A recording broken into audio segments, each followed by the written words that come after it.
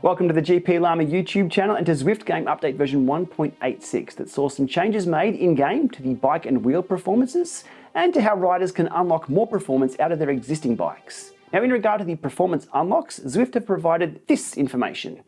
So this isn't a lot of detail about what you need to do to unlock each bike upgrade. It's a teaser of sorts. What does this all mean? What are all the details? Well, sit tight. There is way too much to cover here. So I'll cover the key details you need to know, and for everything else, I'll link you over to our friends at ZwiftInsider. Links in the video description below. Okay, firstly, changes to existing bikes and wheels. Zwift have widened the performance scope of their existing bikes. They've also made the disc wheel combo a little heavier, meaning the disc wheel is now overall slower on a road bike. Again, ZwiftInsider is all over this with their extensive bike testing and graphs. I will link you to what you're seeing here in the video description notes below. But the big news being is you can now unlock the ability to upgrade your bike. Now note the wording there, unlock the ability to upgrade. It's not automatic, and each performance unlock has to be paid for in blood, actually in drops. Each bike has 5 levels of unlock, and the 5 unlocks are not equal. Not equal in what you need to do to achieve the unlockability status, and they're not equal in what they do. So the 5 unlocks aren't exactly 5 for all bikes. Some at 3 plus 2 of the same unlock. Confused? Me too. But what are the 5 unlocks? Well, there's aero, weight, rolling resistance or drivetrain efficiency, and also drops multiplier and XP multiplier, where you'll earn 5% more if you've unlocked those on the right bike. Now, those 2 unlocks aren't available on higher level bikes. Okay, so are you still with me? This is only the high level detail. Is all this too much? Yeah, maybe. So first, let's look at the do nothing scenario. I like these ones.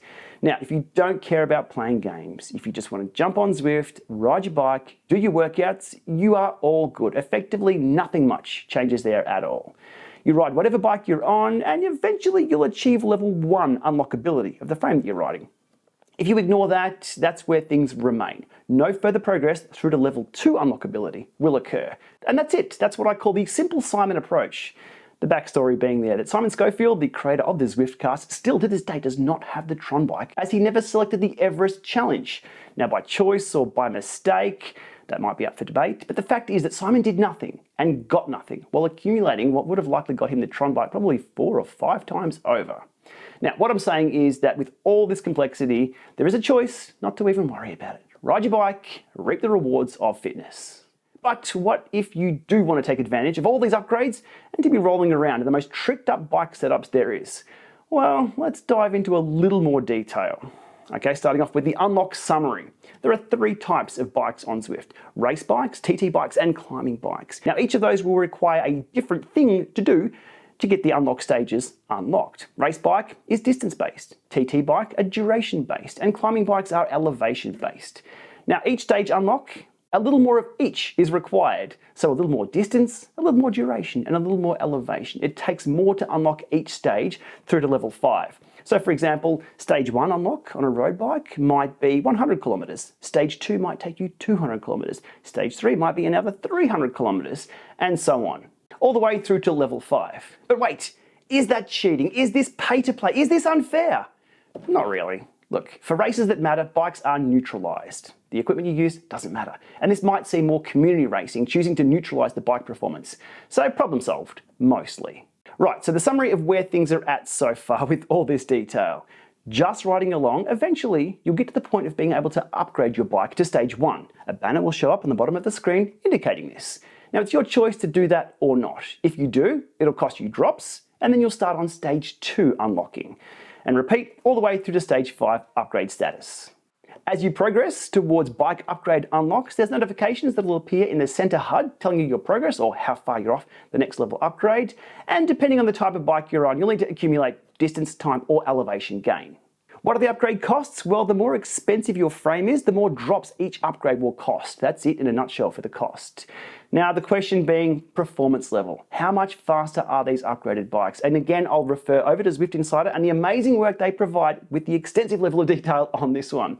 In a nutshell, it's not a lot. It never is. Maybe a minute up the Alp, maybe 40 seconds on an hour TT. But I won't dismiss these upgrades entirely. But I'm sure those advantages could be nullified by ripping out some rage watts on the pedals. But what about both? doing range watts on a fully upgraded bike? That's a very good point, GP Sheepy. And it's best you head over to ZwiftInsider because there is so much detail in all the combinations that it's too hard to cover in video. Also, the bonus round, Halo bikes. Yes, if you upgrade 3 frames to level 5 from the same manufacturer, that's going to take some time, you unlock the ability to buy, with drops, the Halo bike from that manufacturer. At the moment, there are 3, Pinarello, Specialized, and Cannondale. Those amazing looking things there, which can in turn themselves be upgraded with the 5 or the 3+2 upgrade performance unlocks.